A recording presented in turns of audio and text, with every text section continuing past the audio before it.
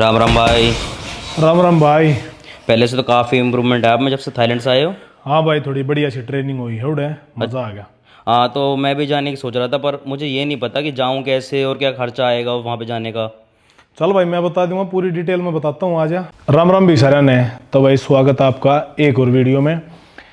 आज हम बात करेंगे भाई थाईलैंड में ट्रेनिंग कितनी महंगी है। अगर आप जाना चाहो हो तो आपका खर्चा कितना होगा, उधर रहने का खर्चा, खाने का खर्चा, खाने के क्या ऑप्शन है, रहने के क्या ऑप्शन है, जिम की कितनी फीस है, हम सारी चीज़ों के बारे में बात करेंगे।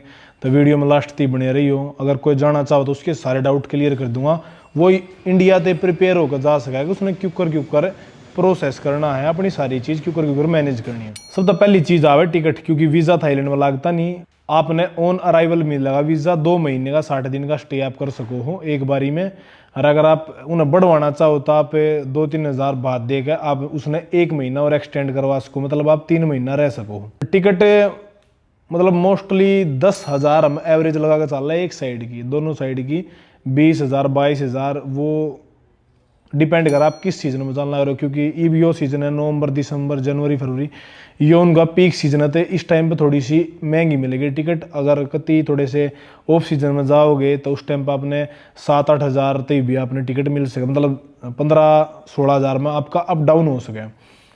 तो भाई अब हम बात करेंगे। आप थाईलैंड तक पहुंच गए, ठीक है। हम गए थे फुकेट भाई।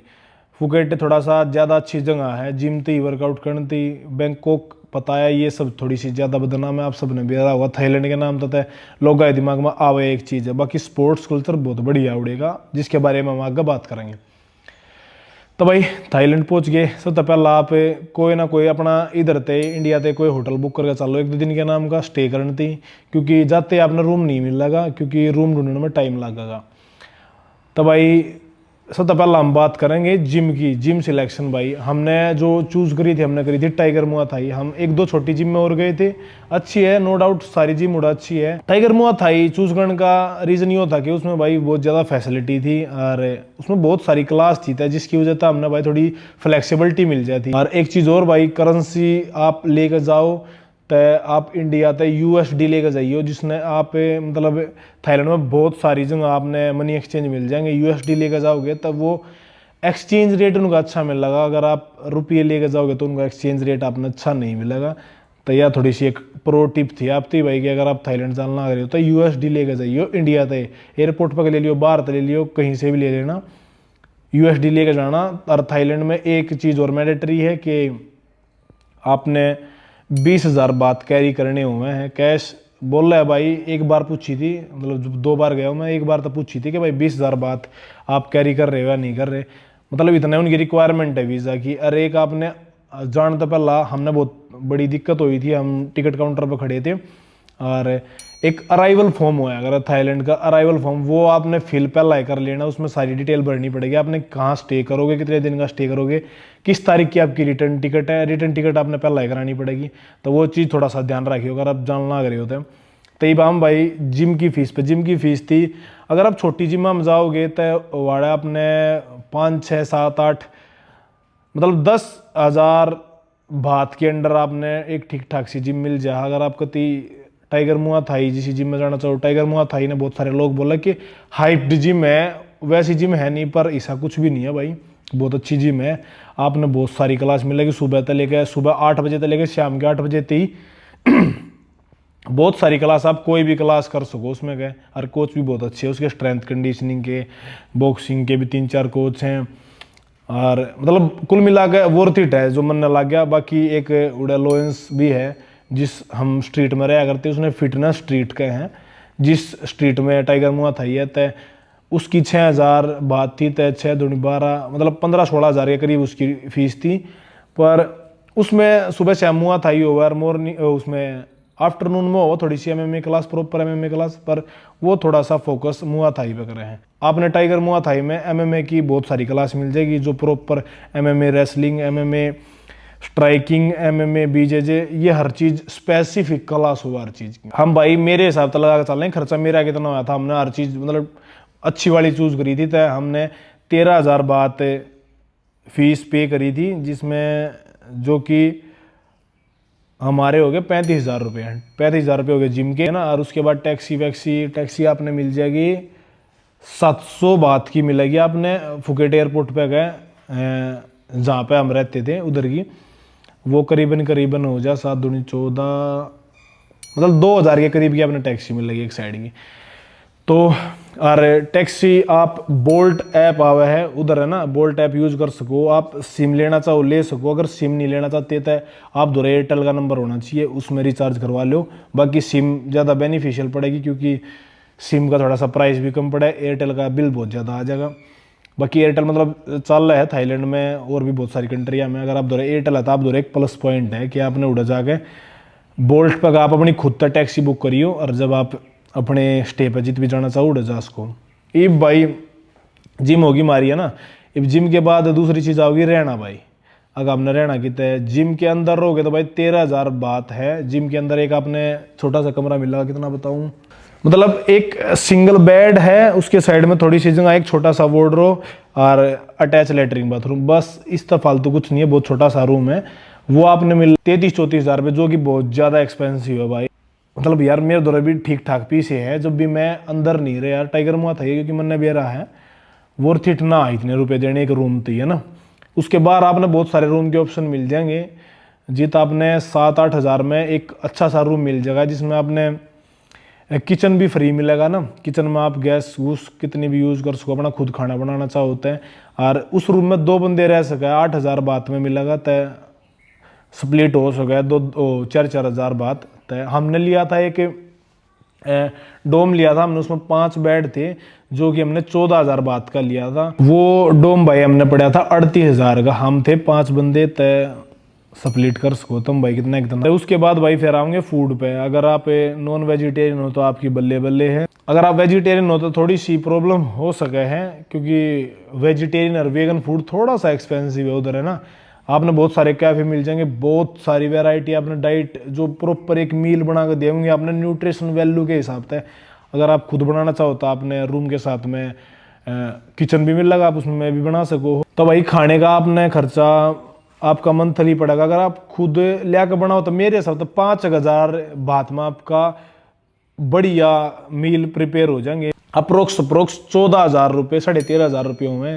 तो 13,500 रुपये में अगर आप खुद बनाओगे तो है, और अगर आप बाहर तक खाओगे तो 15-16 हज़ार में आपका फूड का सारा हो जाएगा। और आप भाई फूड गला वेजिटेरियन बंदे ने तो एक प्रॉब्लम और हो अगर कि उसने थोड़ा सा प्रोटीन इनटेक में प्रॉब्लम हो अगर, तो उसकी हम लेकर जा रहे थे भाई मसल ब्लेज का बायोजम परफॉर्मेंस वे, जो कि हम भाई सही क्वांटिटी में लेकर जा रहे थे, क्योंकि 5 बंदे थे तो हम पूरा 12 किलो प्रोटीन लेकर जा रहे थे।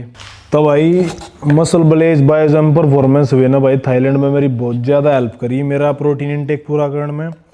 और ये प्रोटीन लेकर जाने का मेरा रीज़न ये होता भाई, क्योंकि मसल ब्लेज है ना जो इंडिया का पहला ऐसा प्रोटीन है जो भाई बहुत ज़्यादा टेस्टेड है। भाई इसके एक स्कूप में आपने 25 ग्राम हाई क्वालिटी प्रोटीन मिल रहे हैं, जो कि मेरा प्रोटीन इनटेक पूरा करने में और भाई एमएमए की हार्ड ट्रेनिंग के बाद रिकवरी करने में बहुत ज़्यादा हेल्प कर रहा था।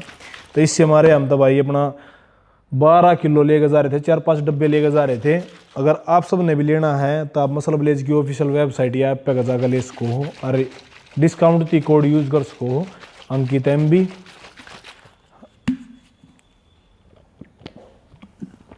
तो भाई अपना खाना हो गया, रूम हो गया, जिम होगी। अब एक चीज़ और आपने चाहिए कि वो है भाई ट्रांसपोर्ट थी, आपने खाना सब्जी लानती, जिम में जानती, आपने स्कूटी चाहिए, मतलब मोस्टली उड़ा स्कूटी है, मतलब बाइक भी मिल रहा है। बाइक थोड़ी सी एक्सपेंसिव मिल जाएगी। स्कूटी का रेंट आपने मंथली 2,500 बात पड़ेगा, 6700 रुपये, मतलब 6,700 रुपये आपने स्कूटी का रेंट पड़ जाएगा मंथली। और तेल टंकी एक टंकी फुल हो जावा है 300 की बात में हो जाए है, जो कि 700-800 रुपये हुए हैं। तो यो आपका मोटा मोटा खर्चा यो है। उसके बाद आप भाई घूमन लग रहे हो, वो करने लग रहे हो, उसमें आपकी मर्जी है। और एक चीज़ और रिकवरी की बात करें तो भाई आपने उड़े बहुत अच्छे अच्छे स्पा मिल जाएंगे, जिसमें आपने सोना, स्टीम और क्या बोलते हैं स्विमिंग पूल भाई मिल जाएगा। वो आपने मिल जाएगा 150 बात का, जो कि अप्रोक्स 500-600 रुपये होगा, जिसमें आप बढ़िया स्टीम लो, सोना लो, आइस बाथ लो और बढ़िया रिलैक्स करो, आप वीकेंड पर कर सको ये सब चीज़, क्योंकि रिकवरी बहुत ज़्यादा ज़रूरी है। और भाई मसाज की और बात कर ले, मसाज भाई मैं फालतू वाली मसाज की बात नहीं कर रहा, मैं स्पोर्ट्स मसाज की बात कर रहा हूँ। वो आपने 300, 400, 500 बात में मिल जाएगी। जो कि अपने इंडिया के हिसाब से 1100-1200 1300-1400 की मिल जाएगी। अपने 1 घंटा मसाज करेंगे, स्पेशलिस्ट हों वे स्पोर्ट्स के।